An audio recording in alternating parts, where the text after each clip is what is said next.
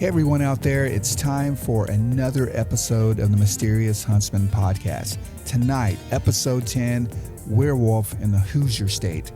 Tonight we're going to hear from Shannon, who had an amazing account of running into a werewolf or dogman out in the backwoods in the great state of Indiana. So let's sit back and listen to his story. Hey Shannon, this is Paul from the Mysterious Huntsman podcast. How are you doing, man? Good. How are you, Paul? I'm doing well. And I'm so glad that you connected with me through Dennis and Christina. I had them on the other night talking about their amazing, they seem to be, and they have an amazing accounts of things that are happening to them up around the Red River Gorge in Kentucky. But, you know, we were talking the other night, Kentucky is full of crazy things that happen all over the place. And I'm thankful to you for coming on and wanting to share your story. Absolutely. Thank you for having me on your podcast. I really appreciate this. Oh, anytime, man. And I do know that we've already spoken a little bit, and you told me you served our country well. Man, thank you so much for your service.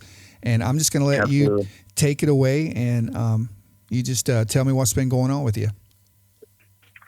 All right. Well, I come on the show to talk about the Wolfman, but I guess to give a little bit about myself and why I'm coming on the show.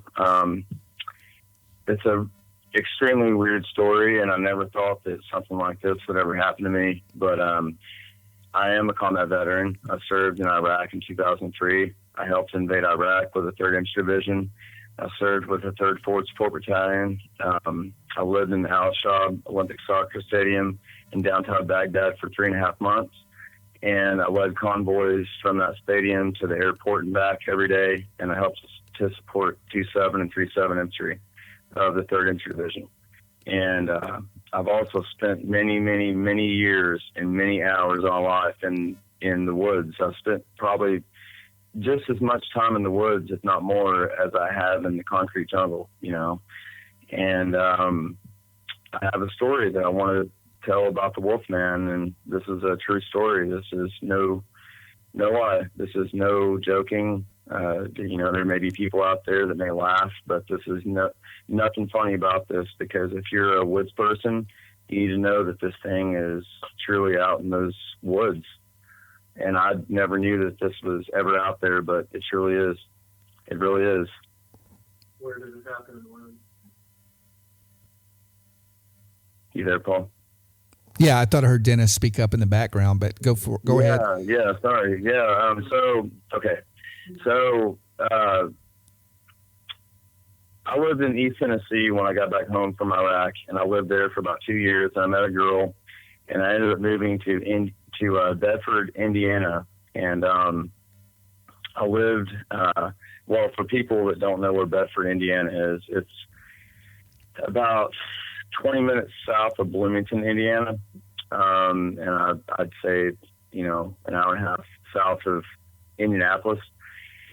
So I lived out in a rural part of Bedford, Indiana. And when I first got there, I ended up moving with this girl to her home. And I lived there for about a month, you know, and we had walked the land and walked the woods. There was quite a bit of land there. There was, I'd say, like about 20 acres there. And my girlfriend's grandmother, she leased out a portion of the land for this guy to rotate crops on, and the guy rotated corn and soybeans on this property. So the year that I had gotten there, he had just harvested his corn. And I'm pausing here for a moment because I'm trying to explain this about the land. There was a straight road, and her grandmother lived at the first house, I guess, depending on which way that you're coming. And her mother and father lived about 1/8 of a mile away from her. And between them was this cornfield. And this cornfield was about an, 1/8 of a mile long between their houses. And it was, I'd say probably about maybe 900 feet deep to 1,000. So this is how the land was laid out. And the way that it was kind of like a horseshoe, but it wasn't like a horseshoe. But I guess that would be the closest type of shape to, you know, make it out to be. It was kind of like a horseshoe, but whenever you went out the back of her grandmother's house, it was like curved around like this bend. So that's what made it not like this horseshoe. It like bended inward. And it was this bend that bent about probably like 100 feet around. So it was like 100 to like maybe max like 110 feet bend. And so I'd been there for like a month, and me and her and her little sister, we decided that we were going to go on a walk to the back of the woods and, you know, walk around the cornfield and stuff. There was a barbed wire fence, by the way, and we couldn't technically go over it, you know, because it was like a barrier, but we would always go over it if we wanted to and venture back in the way. But we were just going to walk around the cornfield with her little sister. So I got a head start, and I was about 2 minutes ahead of them. And after being there, I'd already known that there was this, in this part of this bend of this curve of the cornfield, there was this, I wouldn't call it a trash pile, but it was a trash pile. It was like a very specific type of trash pile. It was like aluminum type stuff, and it wasn't just like paint cans and whatnot. It was like very specific type of metal. And so I knew that thing was there. And when I was walking around this bend, I'd already told them that I was going to go for my walk and that they could just catch up. So I went on ahead. And so whenever I was going around this bend, which is a pretty good sized bend to get around, I heard this metal being tossed from this pile. And I figured that it was probably her father, or, you know, somebody that was over on this pile of metal, that they were just tossing metal. I didn't think much of it, so I just kept on walking. And once I got upon this pile, I literally broke around the corner, and once I got to it, I saw this thing. And it wasn't anyone. It was this thing that it resembled a wolf, but it was also about 8 to 8.5 feet tall. It was crouched over, and I couldn't really tell how tall it was at the time, but I knew it was pretty big because its butt was the size of a silverback gorilla. It was huge, and it wasn't really cut up muscularly like you would think. It was, its muscles were really defined, but it wasn't like an Arnold Schwarzenegger type thing. But this all happened in like 5 seconds too. But in that 5 seconds, I locked onto this thing, and I was like, oh my God, like I'm really seeing this, you know, this is crazy. Cause to back up for a moment, I had always thought that, you know, I would have seen like a Bigfoot or you know, some alien standing next to me or whatever. I'd been out of the woods that much to where that I thought that maybe like I would see something like that in my life. But that wasn't the case. You know, like I'd seen stuff up in the sky, and I've had weird things happen to me, but I'd never actually seen something that was like this. This was not a deer. This was not a bear. This wasn't a person in a outfit. This wasn't a fox. This thing it looked like a German Shepherd. It like had the head of like a German Shepherd, and it had cropped ears that were naturally cropped. I guess like the guy on your past show, it sounded a lot like what he was talking about as far as the Anubis thing. It was like this, it looked like that. It looked like a German Shepherd, but just like a way bigger head than a German Shepherd. And its hair looked like it had just gotten out of the creek maybe like a few hours prior, and it was kind of like matted together. not like a dread, but it was like matted together, like it had just gotten out of like a creek, and it like its fur had dried, and its fur was a little bit lighter than the color of burnt umber, and its feet looked like a dog's. It didn't have like human feet. It had feet like a dog's, except for its feet were like about like 1.5 to 2 feet long. They were like really, really big. And this thing had hands that it could actually grab with. Yeah, I was gonna ask you, if you got a good look at the hands, because I've heard reports of them being very human-like or hand-like. I did. I got not a great look at them, but I mean, I got enough of a look at both the feet and the hands of this thing that it wasn't like fingernails, but it wasn't claws either. It definitely had a way to like grasp things and whatnot, but it wasn't like these, sharp claws like people would think, but it also wasn't like these like fingernails, like a person's fingernails that were bit off per se, or not bit off, or trimmed properly or whatever. It wasn't like that. It was they were like sharp fingernails. Okay. Did you happen to like, as far as the facial features, like the snout, when you say it looks like a German Shepherd, so it had the snout of the nose of a German Shepherd and the teeth of the Shepherd as well? Or did it even show you any teeth?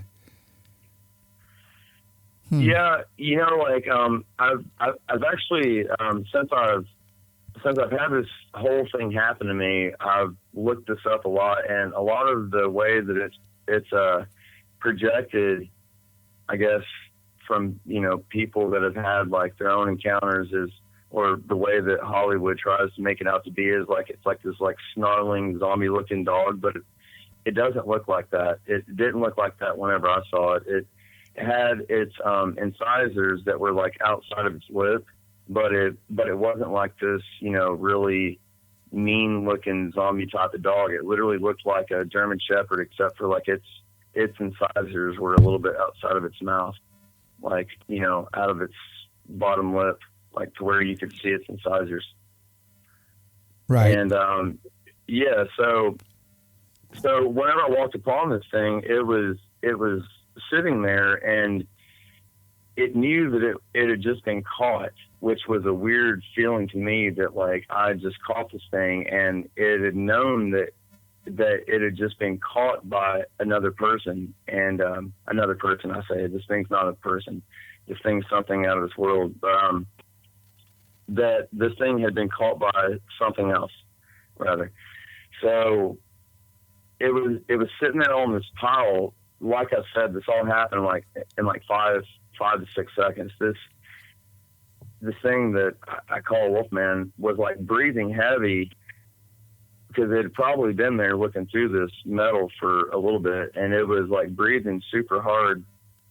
And after about 5 or 6 seconds of it just sitting there, it just quit doing what it was doing, and it was sitting there for this entire time after I'd caught it, and it jumped over this whole pile, which this pile was like about, I measured this whole pile. It was like 14 foot across, and on the back side of this pile of metal, there was a fence that was, it's kind of hard to explain on the phone, but the pile of metal was higher up than the ground below where the fence was. So like the fence, like the top of the fence at the back of the pile, it was like somebody else's land, and it like went down like 5 feet. So this fence kind of acted like a barrier for this metal to kind of like hold it up or something. But this thing jumped over that fence and landed well beyond that fence. And so I ended up like running down this fence line, and my girlfriend, by the way, and her sister had not even seen this. They weren't even near me. So I ended up running down this fence line, and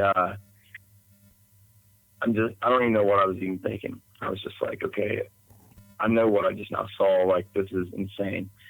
So I ended up like going down this fence line, probably about like 80 to like 100 feet, and jumped over the fence.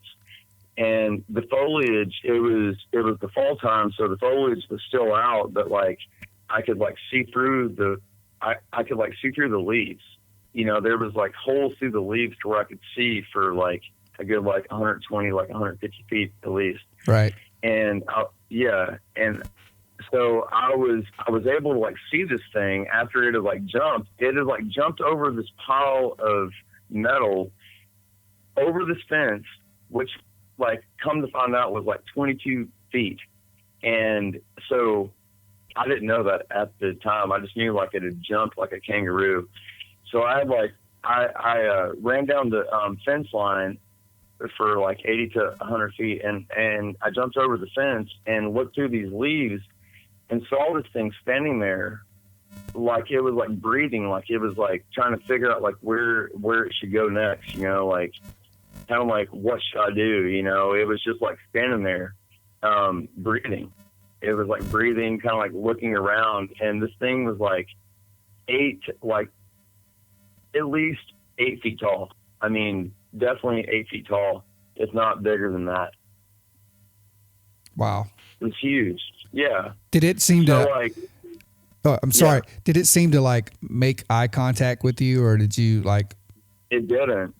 The entire time that this whole thing happened, whenever I walked upon it, that was the odd thing that really made me feel weird, is it didn't even look at me. It kind of like just kind of got scared or something. Like it didn't think something would come upon it or something. And here I come, not even expecting what I was about to see. And I walk upon this thing that is it really looked like a werewolf, but not as Hollywoodized. And whenever it saw me, it just like froze, and it froze for like 5 or 6 seconds and just sat there and breathed, and then jumped over this pile of metal, like 22 feet. Like I said, it was about 22 feet, give or take a foot, you know, like a foot or two or whatever. But it was about 22 feet that the thing jumped, and it never looked at me. I never got to see its eyes, but like from the profile view of this thing, it was like a German Shepherd, but a little bit more pronounced, with like the teeth were more pronounced. Wow. Yeah. That's something. And so, yeah, this is a crazy story. I know, this is insane, and I'm not the best at telling stories because I'm not really a storyteller, and you know, I'm not one to like go and tell some old crazy story. I have a stuttering problem, so whoever's listening to this, I'm sorry if I stutter. But what I'm telling you is the honest to God truth. No, you're doing great. You're doing great, man. So after this happened, my girlfriend's sister and her, they came upon me, and I'm like, you know, kind of like trying to figure out like what all just happened and how to like, you know, kind of tell my girlfriend like what had just happened without freaking her sister out. So I jump over this fence and I just tell her, I'm like, you know, we got to go. So we go across the field and we go back. We go over to her father's house, which is like an eighth of a mile from where we started, like a quarter of a mile, eighth of a mile, something like that, across the cornfield. And we go over there, and I felt really odd, like talking to him about it, because I didn't really know these people. You know, I've been trying to get to know them for like a month and didn't know them. But what I just saw was so prolific that I knew that I had to tell somebody, because they let their little girl run around these woods by herself. And I'm like, you know, someone like can't, like people just can't like let their children run around the woods having an 8 foot tall, massive werewolf running around, you know, whatever this thing is. Like this thing's huge. So, I went over there and I told my girlfriend, I was like, you know, I just saw something crazy and your dad's got to know about this. And her mom was there. So I sat them down and they were just like kind of weirded out about, you know, what was going on or whatever. And I was like, look, like, I know that you are a woodsman. I know that you guys are woods people. You know, you ride your four-wheelers around the woods and all this stuff. But there's something in these woods that is at least 8 foot tall, and it's got hands, and it looks like a freaking werewolf. And you shouldn't be letting your daughter run around in these woods. And they kind of were just like, oh, you know, come on, man. I was like, no, seriously, like, I know this sounds crazy. This is nuts. I know that this is not a normal story, but you cannot let your little girl, which was like 9 years old, like, you cannot let her run around these woods anymore. Even though I'm a kid that grew up like that, you know, like, I'm telling these people this. And I actually didn't feel that weird telling them this, because what I was telling them was so true. And I had every right to tell them this, but I also could have easily, which is what happened, like, you know, been looked at like I was dumb, you know, like I was just making this up, or like I just seen something or whatever that wasn't there. But that wasn't the case. This absolutely happened. And he kind of like took note of it, because I guess like he saw the pertinency of what I was trying to convey to him. So probably about like 4 nights later, we were, me and my girlfriend, we were out in the cornfield. We were watching this thunderstorm off in the distance. This thunderstorm that was like full of like lightning and whatnot. We were just out there watching this thing. And we heard this scream coming from the woods. It wasn't necessarily right next to their house, but it wasn't far from their house. I'd say it probably was like within an eighth of a mile, you know, it was somewhere in that area, but it came from the back of their house. And it was this scream that I can't even like recreate this sound. It wasn't a woman being murdered. It wasn't an animal being killed. It wasn't a cow giving birth. It wasn't any of that. It was kind of like a mix of all that, I guess. It was this crazy, just absolute blood-curdling sound that she and I both heard. And we both took note of that. You know, we didn't go and research it because it was so far away, but we knew that, you know, whatever we heard was something that wasn't like a cow and wasn't a fox or whatever. So like about like a week and a half went by after this, and this is all within like a 2-week period, man. And it was like about like a week and a half after she and I heard this sound, they had a herd of deer on this land that they actually fed. And they, like, her father was like a deer hunter. But he never like killed these deer because he just like fed them. And every one of those deer on his property were found dead by him. They were all found dead with their intestines ate out. Like none of the muscles were touched. None of the eyeballs, no tongues cut out, nothing like that. It was just the intestines. Just the intestines of these 8 deer, these 8 does were ate out of these deer. And he actually like looked at me and was like, you know, like kind of like, he didn't actually tell me that he believed what I was telling him about this Wolfman thing that I saw, but he like looked at me kind of like, dude, like this is kind of crazy, you know, like this is weird. And I was like, I know, man, like whatever I saw actually probably could have done that. You know, it could have killed me, you know? So, I mean, it wouldn't surprise me that it would eat the intestines out of some deer. Right. I wonder how long or what kind of time frame had passed, or how, like, did he notice all the deer at one time, or was it over several days that he noticed the deer had been mutilated?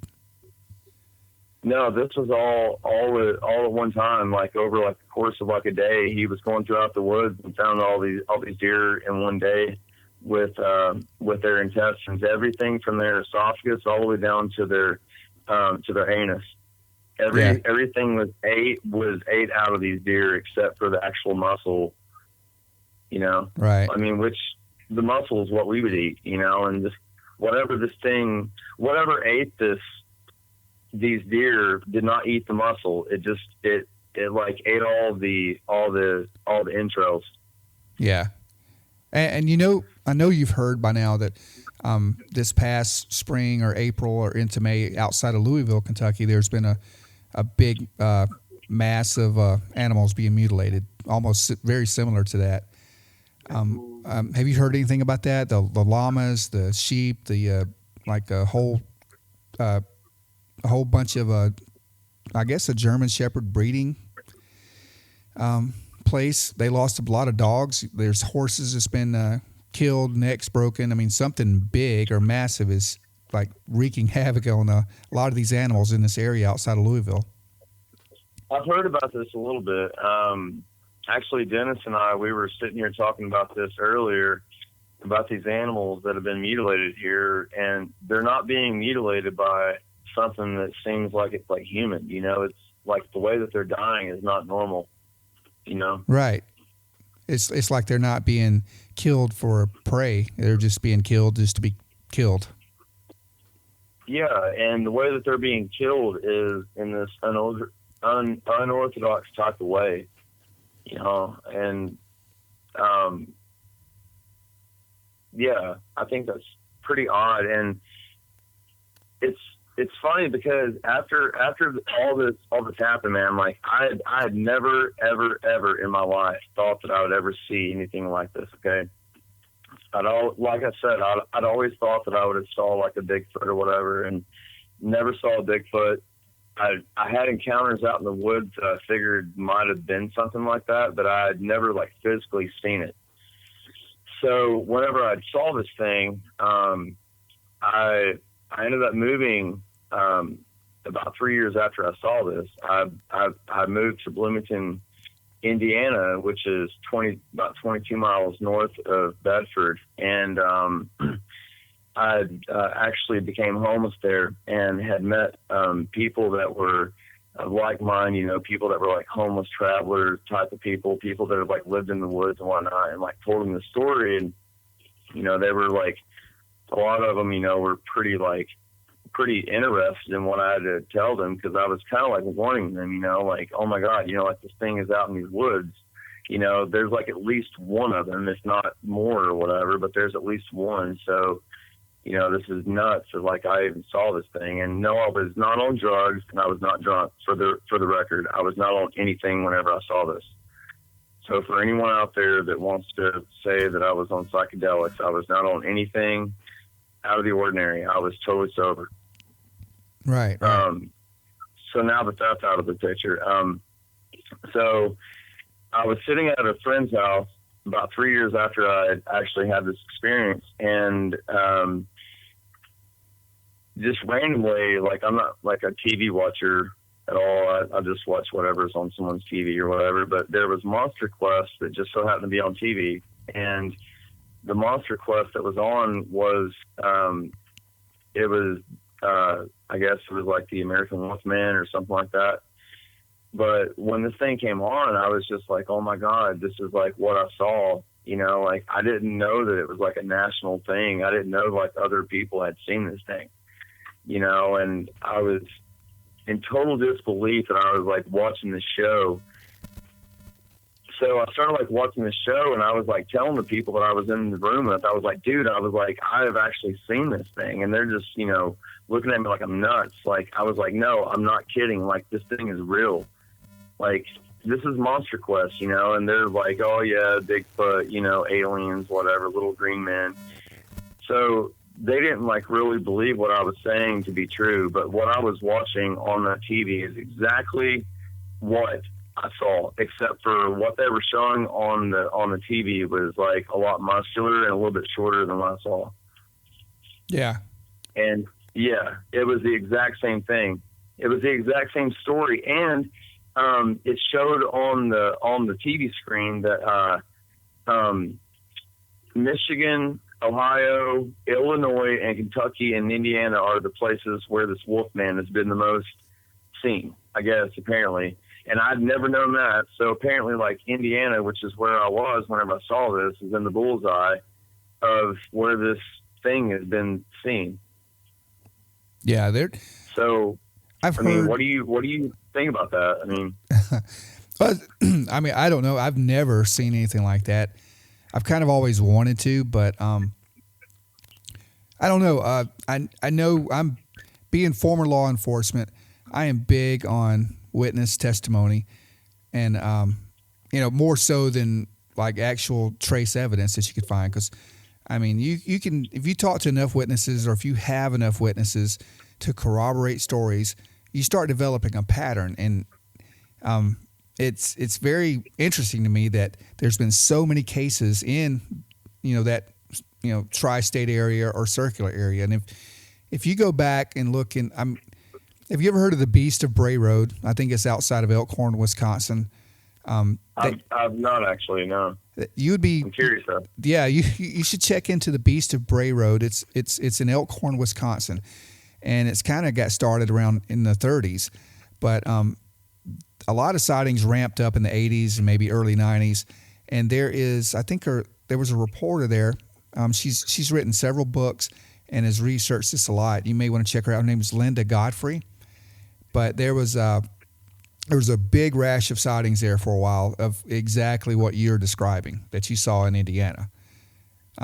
So if you just get online and look up some of these things, you'll start seeing there's almost as many reports of this werewolf or dogman-like creature as there are Bigfoot, but they're very distinctly different in the way they approach people, or and I'm just saying this in reports because I don't know what's out there, but a lot of people are seeing something, and you can hear from park rangers, conservation officers, police officers. I mean, trained professionals, military like yourself.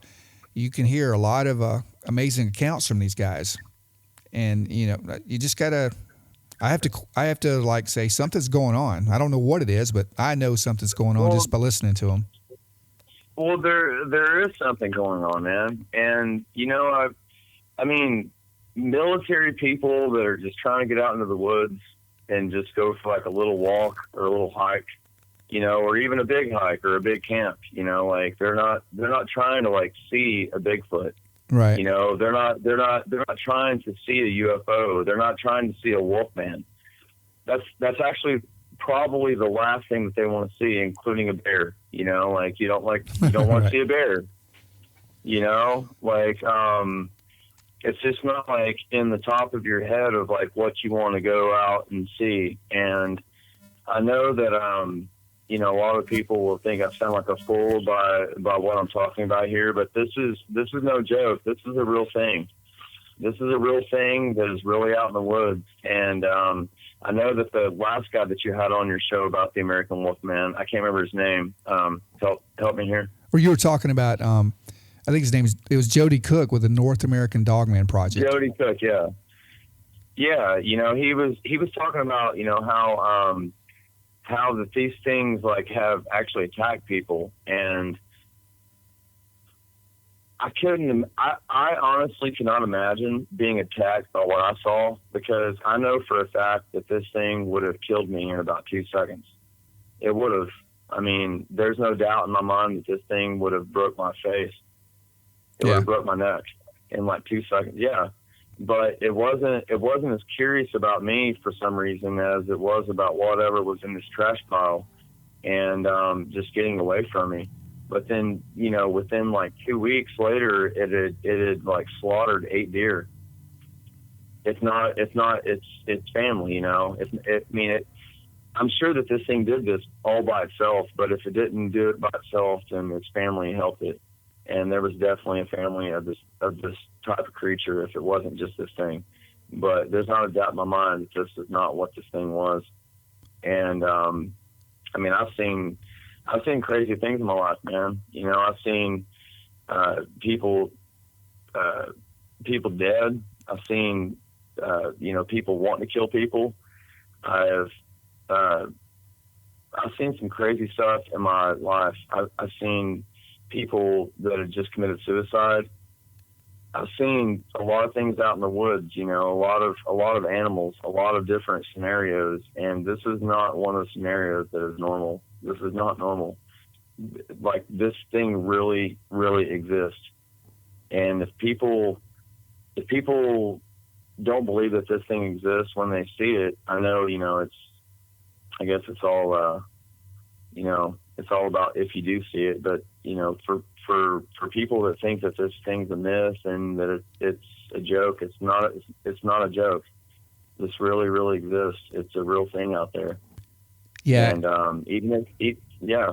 No, I was just gonna say, and you'll hear people. I mean, even me. I think I want to see something like that probably until I actually see it. You know, and it's you brought up a good point earlier that it's not the people going out there looking for it that actually sees it. I mean, there's tons of people who say they're going to go find Bigfoot, or they pick up baseball bats and hit trees, you know, wood knocks. They do whooping calls and all this kind of stuff. And I've done this too early on, but right. It's like the people that least expect it. You know, they're not hunting it, but they're least expecting seeing something like that out there. And that's who runs into it more so than the researchers and the investigators, or, you know, the ones that are out there trying to actively find it. It's kind of exactly, and it's like they're just. No, go ahead. Sorry, Paul. I was just going to say really fast that you know, people that do run into these things, you know, whether that they're avid woodsmen or not, they're not like, you know, walking down a trail with their phone going 24/7, you know, or, you know, everyone doesn't have a GoPro that's always on, you know, right. You see this kind of stuff. And it just so happens a lot of times, at least in my case and a lot of other people's cases, that they don't have a camera, because I guarantee you, if I had a camera and or a weapon at that very moment, I would have probably shot this thing, and just to show the world, like, look at this. This is crazy. Like, look at what I just now killed. You know, like, it really sucks that I killed this thing, but look at what I just now killed. This exists in the wild. There's got to be other things like this, and I would have totally shot it. I would have. If I would have had a firearm, I would have shot this thing. Right. Yeah. It's yeah. And I know that there's, like, you know, laws that, like, protect Bigfoot out west and stuff like that. But it's like, if there's laws that protect these things to the point to where you can't actually hunt them, even like trap them, just to show that these things actually exist, then how are you able to prove that in a cryptozoological type of way? You know, like, to actually prove that these things exist to people, so people quit doubting, you know. Yeah, I mean, unfortunately, it's going to take an actual body. You know, I think I would hate to do it myself unless I was being threatened. But you know, it's going to take a body. It's not going to. You can watch any video on YouTube or anywhere right now. If the video is really good, people are going to say it's too good, it's a hoax. If it's really bad, they're still going to say it's a hoax. I mean, so you really can't please them. I mean, it's going to take like an actual body, and, you know, someone on CNN saying, you know, hey, here's the body, here's your proof. And even then, people might still be skeptical. It really is, you know, and like people have, you know, given bodies of like really, really big wolves that, you know, they say were the Wolfman and stuff like that. But this, like, things that have been presented are not what I saw. What I saw was like 8 foot tall. It was the size of a mountain from Game of Thrones. This thing was huge. Yeah. Okay.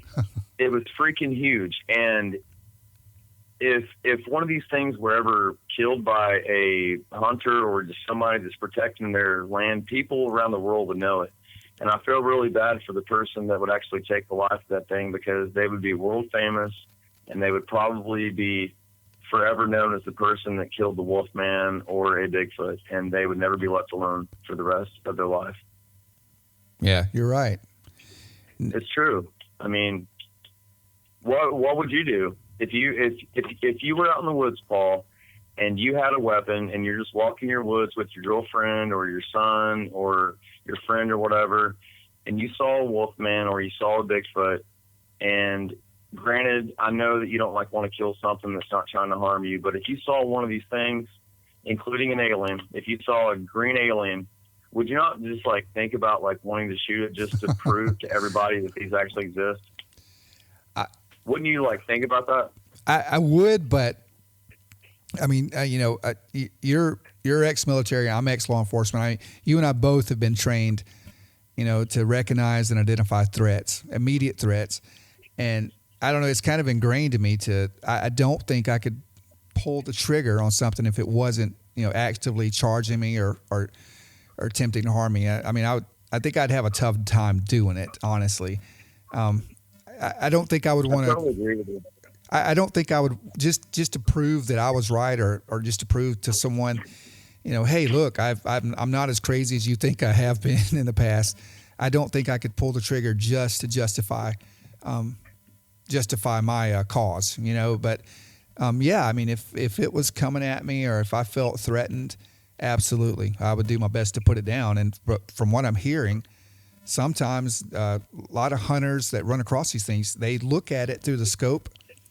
Something appeals to them, or it looks human to them at some point. And I'm kind of now I'm speaking them through like maybe a Bigfoot situation. They said they can't pull the trigger, and they don't know what it is about that, or they're just too frightened to pull the trigger. But a lot of hunters out there weren't really trained. You know what I'm saying? Like you and I may have been. So right. It's I don't know. Everybody's different, but that was a long speech, but honestly, I don't think I could do it just to prove my cause, but I know that's what it's going to take. Well, just for the record, I'm along the lines of you, like I'm not like a trigger happy type of person. I'm exactly like what you said. But when you see these things and then you go back home and then you have this crazy story, and then you call a podcast like your podcast, or you call Clyde Lewis Ground Zero, or you talk to Coast, and you tell them the story, like it's just a story at that point, like right. There's like it's just one story to add on top of all these other stories that are real stories that like there is no body there, so someone can actually like look at and say this thing is real. This is a real thing. Granted, I had to shoot it, and I hated that I had to shoot it. And I'm totally with you about the whole, like, if you're not attacked, don't shoot it, because then we would be killing everything, and I'm totally all about that. But like when it comes to like a Bigfoot and a Wolfman, I guess now, because I've seen a Wolfman, I've never seen a Bigfoot. There's a Wolfman out there. There's something that is 8 foot tall, at least 8 foot tall, that roams the woods, at least in Indiana, and it is huge, and it's got hands, and it can jump a very, very long ways. Wow. And do you think it's still out there? Oh, 100%. I believe this thing is out there right now, and I believe it's got a mate. I believe it's got babies.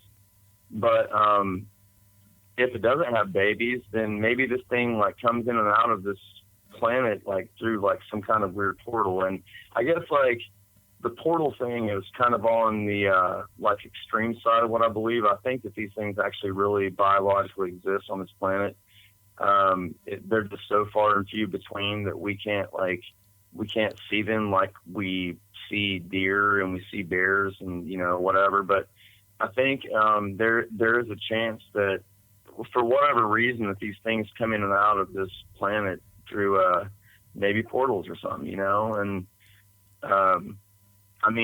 for there not to ever be a body of one of these things, then it's a perfectly good explanation why, because they don't ever die here, they just die somewhere else, some right. other world, Yeah, and it kind of makes me think. I don't know how far you've looked into it, but a few years ago there was a book that came out called Hunt for the Skinwalker. And it's about the Skinwalker Ranch. Yeah, and they place is crazy. It is, and that story was kind of broken by a lead investigator out there with I think WKLAS out of Las Vegas, George Knapp. He's a Pulitzer Prize winning award journalist, and he with George Knapp is unbelievable. Yeah. I mean he really he and a few other people have like delved into that whole story out there, and there's some crazy things happening. And I said all that to say that they were having some issues. You know, and like I said, I don't know what's out there or not, but just according to the book, they were having these strange cryptid activity coming through possible portals. I mean, they would see something like morph into being and then spiral back out. And I know that sounds far-fetched and crazy, but they were seeing, I think they were seeing like a Bigfoot type, or even I know they saw large wolves, if not dogman kind of things going on out there, in addition to strange lights, orbs, UFO activity. I mean, so I kind of almost get the whole portal thing. Honestly, it sounds fantastic, but you know, it's fun for me to think about.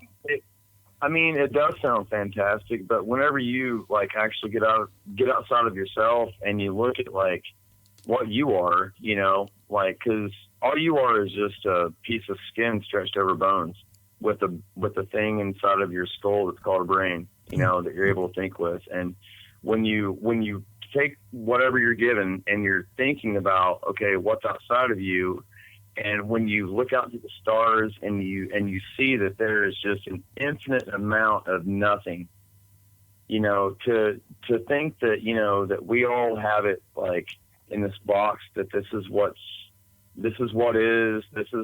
is not, you know, and this is what you're going to see, this is what you're never going to see, you know. I think that's kind of crazy to think that. I think that's really weird. And I've always thought that was weird before I ever really started having experiences at a really young age. I've had a lot of experiences, and I'm sure that I'll talk to you again on another podcast about something else, you know, but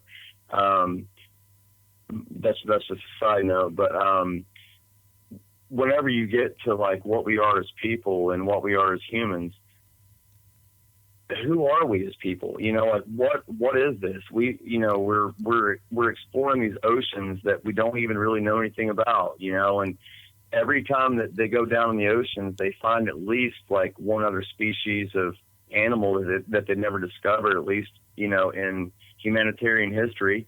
You know, they find all these different things, and they're you know, all these different animal species that are being extinguished before they're even found out, you know, before they're even found that they are even alive. They're being extinguished on this planet before we can even find them out, because mankind has, I guess, inhibited all the people in the world that want to find out what we are to be able to not do that, you know, because they want to bulldoze all the trees, and they want to dig up all the topsoil, and they want to, you know, kill everything just to make $1, you know. And we're, I guess me as a person, I'm trying to figure out like what this is, because I know it's bigger than Manhattan. It's bigger than high-rise buildings. It's bigger than landfills. It's bigger than an apartment complex on the nicest street in downtown. It's bigger than the lakefront property that you want. It's bigger than all this. Like there are things that if you go out into the woods, you can go and sit down in the woods in one little square foot of the woods and sit there and don't do anything else for 1 hour, and just have your legs wide open and look at what's down between your legs. And there's a whole world down there. Oh yeah. There's a whole world between your legs, you know, and for someone to see that world between your legs and to think that we're the only things in this universe, that we're given this, you know, this free pass, that we're the almighty. I mean, we are given, I guess, like a type of God quality, that we aren't the only thing that's here. You know, there are things that are a lot bigger than us. And I guess the Wolfman comes into play with that, and so do extraterrestrials, you know, and all these things that we don't really know what they are, but you know, people see them. There's this very well-known history of these things, you know. Yeah, and you're exactly right. And it makes me it kind of irritates me, and I think I said this to Dennis the other night. It irritates me at, you know, the ones that are so closed-minded.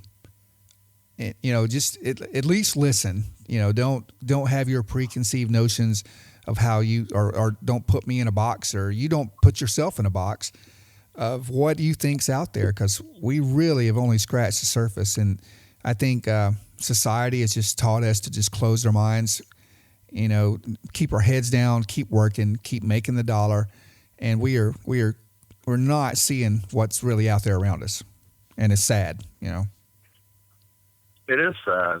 And being a police officer, I know that there's a lot of dash cams that, police officers that, just the dash cams, police officers that drive around at nighttime that see crazy stuff on their dash cams that are not comments, and they're not just like bears running across the road. There's something else running across the road, and there's something else in the sky. And, some of these police officers actually go, for the things that run across the road, they're kind of weirded out too, because they actually see it. And they're like, what was that? And you see this all over YouTube. It's all over YouTube. The only thing someone has to do is just get on YouTube and look up these things and discern from this. It takes some discernment, because, there's a lot of CGI out there that, people trying to like fake UFOs and fake things, being seen out on the road and whatnot. But there are videos that are without a doubt true videos from real people of things that you cannot explain what they are.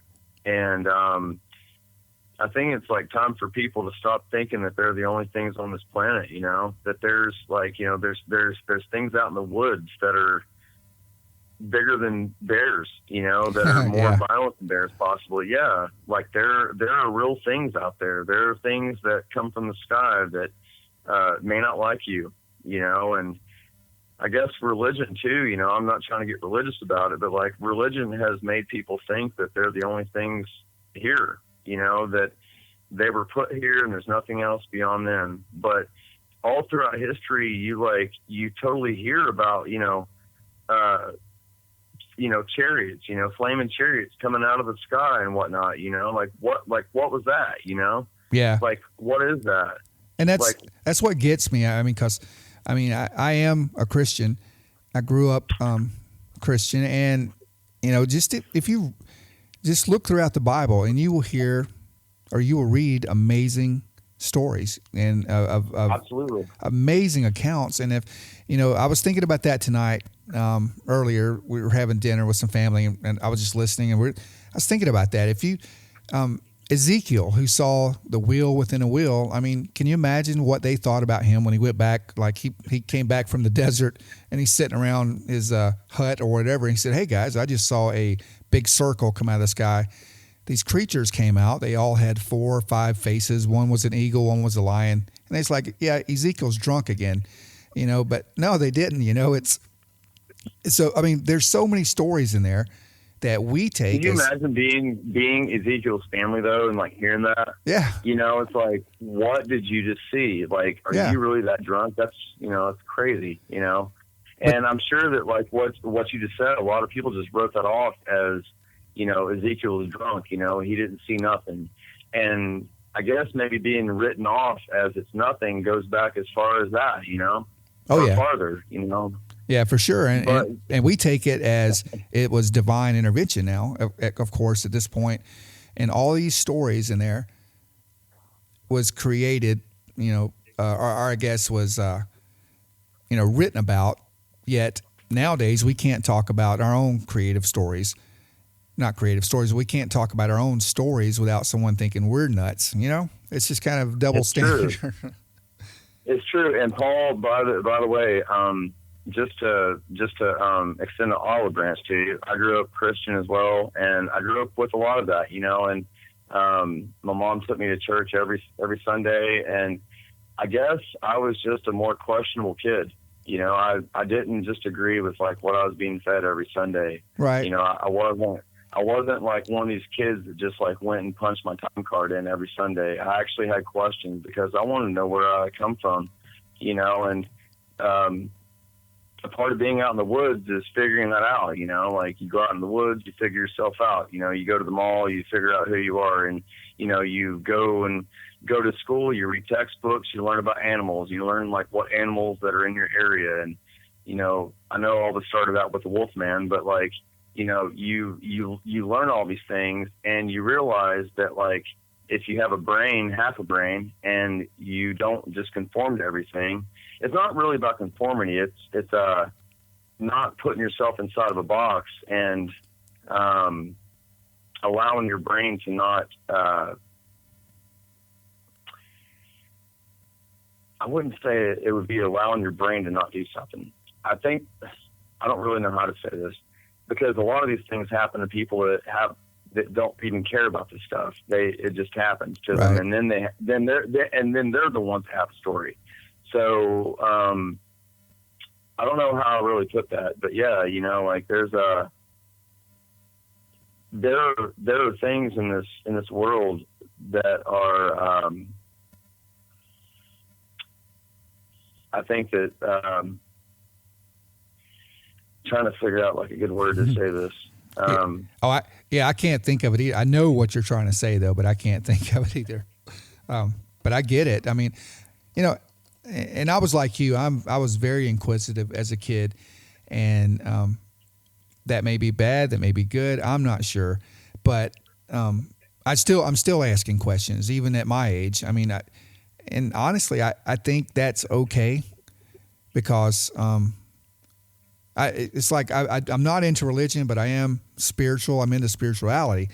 And like you said, Absolutely. If you go out to nature, you go out to the woods, to me, that's where you find your spirit, your spiritualism. I mean, just getting quiet, maybe listening to nature, the sounds of nature, you will actually become, if you just leave the phone, get away from technology, get away from the crowds, get away from TV, anything, you'll ground yourself and become more spiritual. You will meet more, if you call it God or whatever, you'll get more connected with your higher power, basically, I think. And you will have things revealed to you that you can't get off of any Google, any music channel, any network, TV, news channel, anything. I think it's important. I think we're getting away from that. And that was really way off the subject, but I just had to get off my. No, you actually kind of really on the subject there, man. With what we're saying, because like so many people, they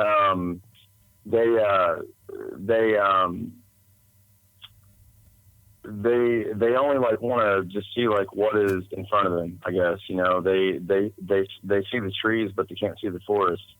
And people like us come along with UFO stories or with Wolfman stories, Bigfoot stories, ghost stories, whatever.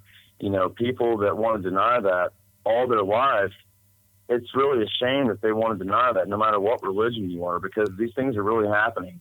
They're really happening no matter what you believe in. And I mean, I personally believe in Jesus Christ. I believe, that is my path, but I also am a pagan, so I'm all about the earth. I'm all about worshiping the planet. But all that aside, that has nothing to do with what I see in my life. Right. Yeah. I see things that have happened in my life, this Wolfman story included, that, you can't explain that. That's not in the Bible. That's not in any kind of religion text. That's something that happens to people. And how do you explain that? That means that we are not alone. Like, we're not the only things here. There's something else intelligent. Yeah, I totally agree. There's something else biologically intelligent, whether it's coming in and out of this planet or whether it lives here permanently. There's something here besides us, whether, it comes in and out or not. Like, there's something here, and people see it. And, you got people that talk about hoaxes and, whatnot, but every single story is not a hoax. Every single person that's ever seen a Bigfoot is not telling a hoax. Everyone that's ever photographed a crop circle is not a hoax. These aren't all hoaxes. Right. And if just one of those things out of thousands are true, then it's all worth it. Absolutely. Yeah. So that's my story, Paul, and I'm really glad I was able to share that with you. Yeah, man. I appreciate you coming on. I've enjoyed talking to you. Really enjoyed talking to you. We'll have to do it again soon. I know time is running out, and I definitely want to have Dennis and Christina back on. I know when you guys were listening to, or when they shared the other night's podcast about the North American Dogman Project, they all made a connection about something that happened to them after their sighting around the Red River Gorge. So I want to, I'll get those, get you guys back on there again so they can make that connection, because that's going to be really cool. But man, I just want to thank you so much for coming on, and I will. Absolutely. We got each other's contact information now, so let's stay in touch. And if anything else, happens, or if you want to just come on anytime, you just give me a shout, and I'd love to have you. Absolutely, Paul. For sure, man. Thank you so much for your time, and thank you for listening to me and believing what I'm saying. Well, yeah, and I mean, yeah, no, you're welcome, dude. That's what I wanted to do this for. Is just I just wanted to give people a safe place to talk. But I think it's cathartic to to get these things off your chest, or to talk without fear of ridicule or just judgment. So it's the whole reason I wanted to do this, because I love to hear the stories, and I'm definitely not. There's no money involved in this. I may have like 6 people listening to this right now, but it just kind of helps me to listen and kind of talk back, and we can kind of figure things out together. Well, yeah. And really fast before I let you back to Dennis here, for whoever's listening to you, they can listen, because you have a live stream, I'm sure, or whenever you're able to live stream, if you're not live streaming now, people that may have really weird stories that they haven't been able to share with people are able to actually have a platform to tell these stories, because this needs to be heard by people, I mean, people that are telling these stories are not crazy. These are people that come from very prominent lifestyles.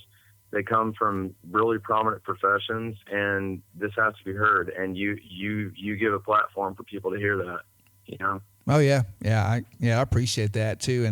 And there are several really awesome podcasts out there that do this exact same thing, but it may not reach everyone. And, so I think the more we all can put this out there, the more we can bring to light.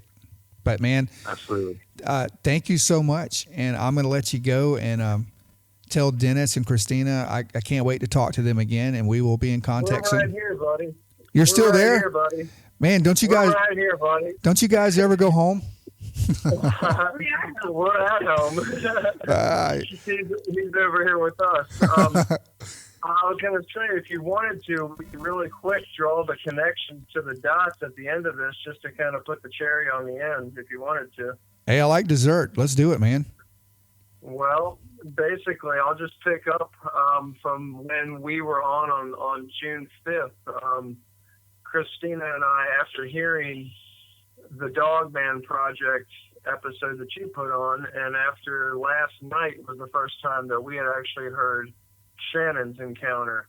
That's why we had him call you tonight. And so the connection, the dots that we drew together, it's nothing that was forced. It just kind of naturally was like a duh moment. Mm-hmm. And basically, if anyone that's listening now still, if you had heard our encounter about the Red River Gorge, then you'll remember that we had talked about seeing something go down in front of us out of the sky. Christina saw something get shot and blown up, and we saw the smoke trail coming towards us out of the sky. Well, and then we had this huge scream that came out of the valley about 5 minutes later. And honestly, we can't help but draw the conclusion that it must have been one of these creatures, because what our whole take on it, just between us as it was happening, was that it was something very scary, very, very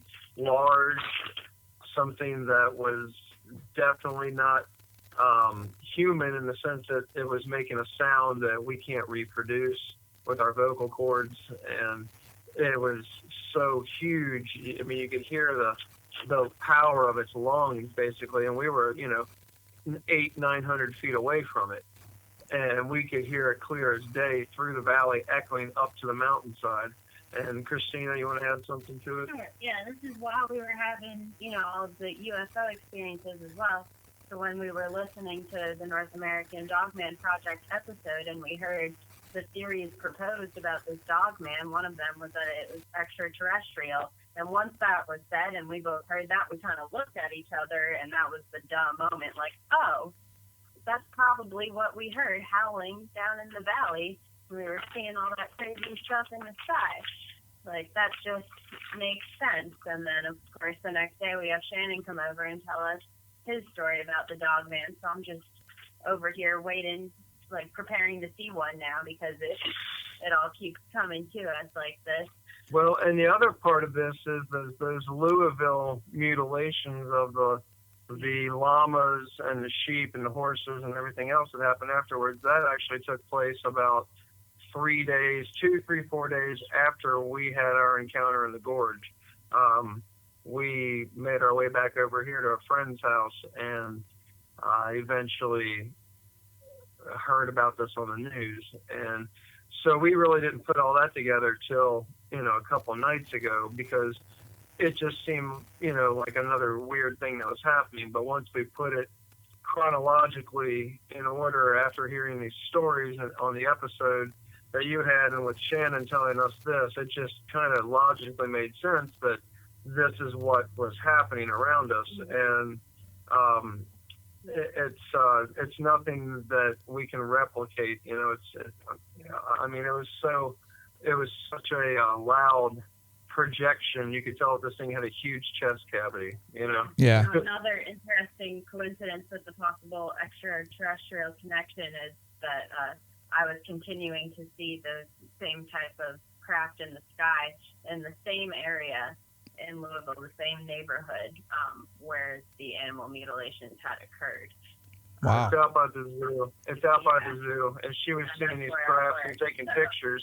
And she actually sent you one of these pictures now, Paul. I got that. And like I said, a few of the pictures were, I guess by the time it got to me over my phone, it was heavily pixelated. But the second or third picture you sent looked, it was crazy, because it looked just like a cylinder or some kind of just tube in the sky. It's kind of very odd looking. I appreciate you sending me that. Yeah, we have to keep good on our end. Right. We told you we'd send you some pictures, and also we're totally game for taking you out to the mountain in September. We're all about it. Oh yeah. Yeah, well, I'm gonna do my best, either that or October. I know I'm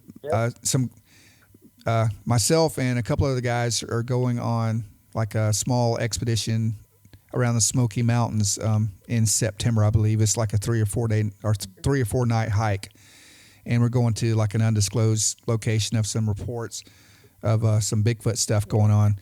But I definitely will get up there to you guys. Yeah, October's fine too, buddy.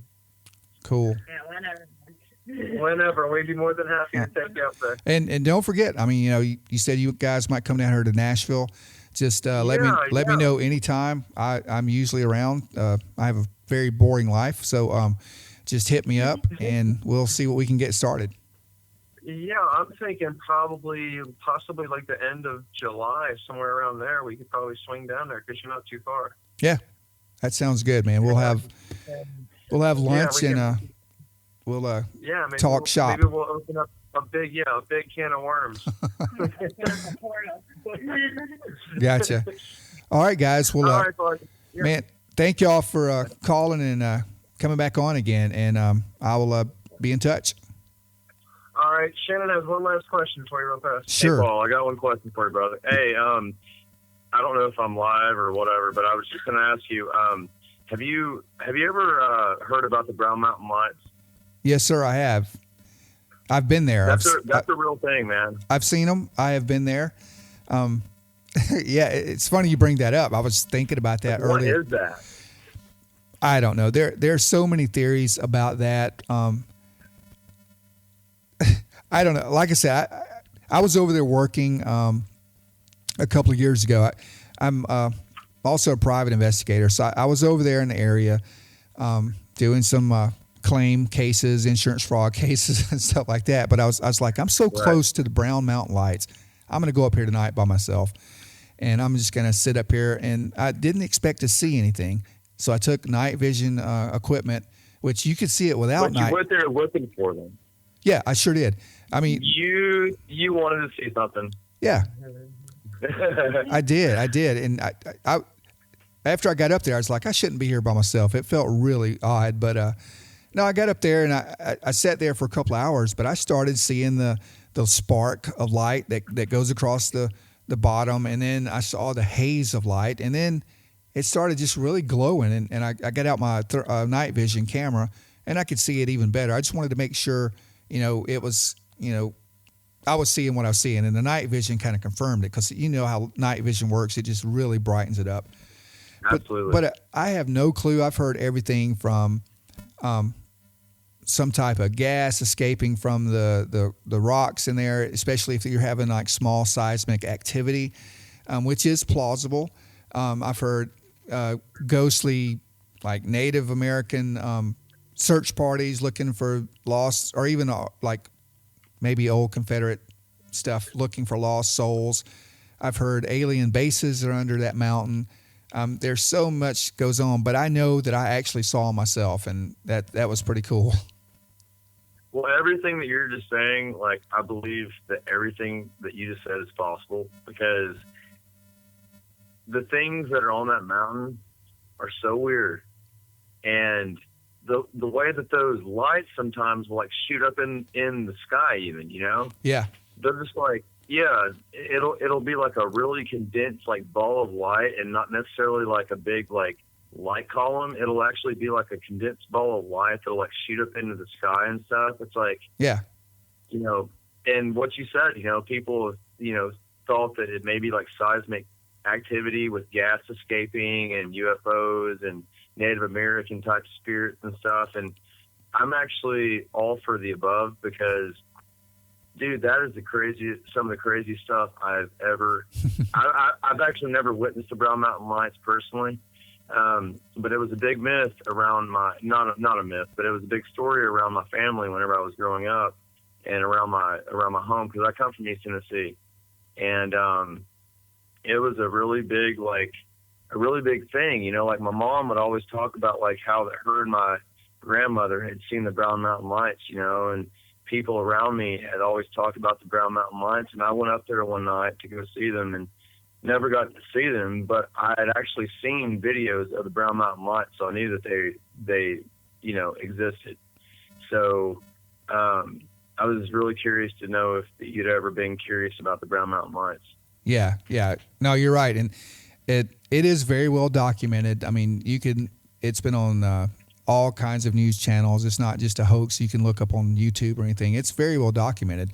So I don't know what. Very real thing. Yeah, it is, but I'll tell you, I don't get scared easily or often, but you're up there by yourself. It was just a very weird vibe. It's a very weird place to be.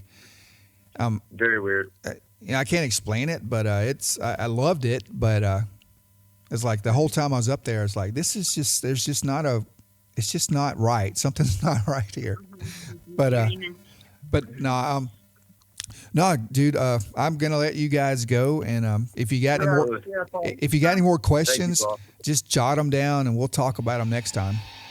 You got it, buddy. Awesome. All right. Thank you, brother. It was very good talking to you. Oh, you guys too, man. You too, Shannon. It's great to meet you, and I'm sure we'll talk again. You guys take care. Absolutely. Yes, you as well. Stay safe, Paul. We'll be in touch. All right, you guys have a good night. Later. All right. Bye-bye. Bye-bye. And that's a wrap for episode 10. It seems like it was just only yesterday that it was episode 9, but who's keeping count? Anyway, guys, thanks so much for listening in. And remember, if you have an amazing story or an account of the unexplained, I would love to hear from you guys. Reach out to me, mysteriousHuntsman@gmail.com, or you can find me on Facebook or Instagram. Either way, just get in touch with me. I'd love to hear your stories, so keep them coming. All right, guys, have a great weekend, and I'll see you next time.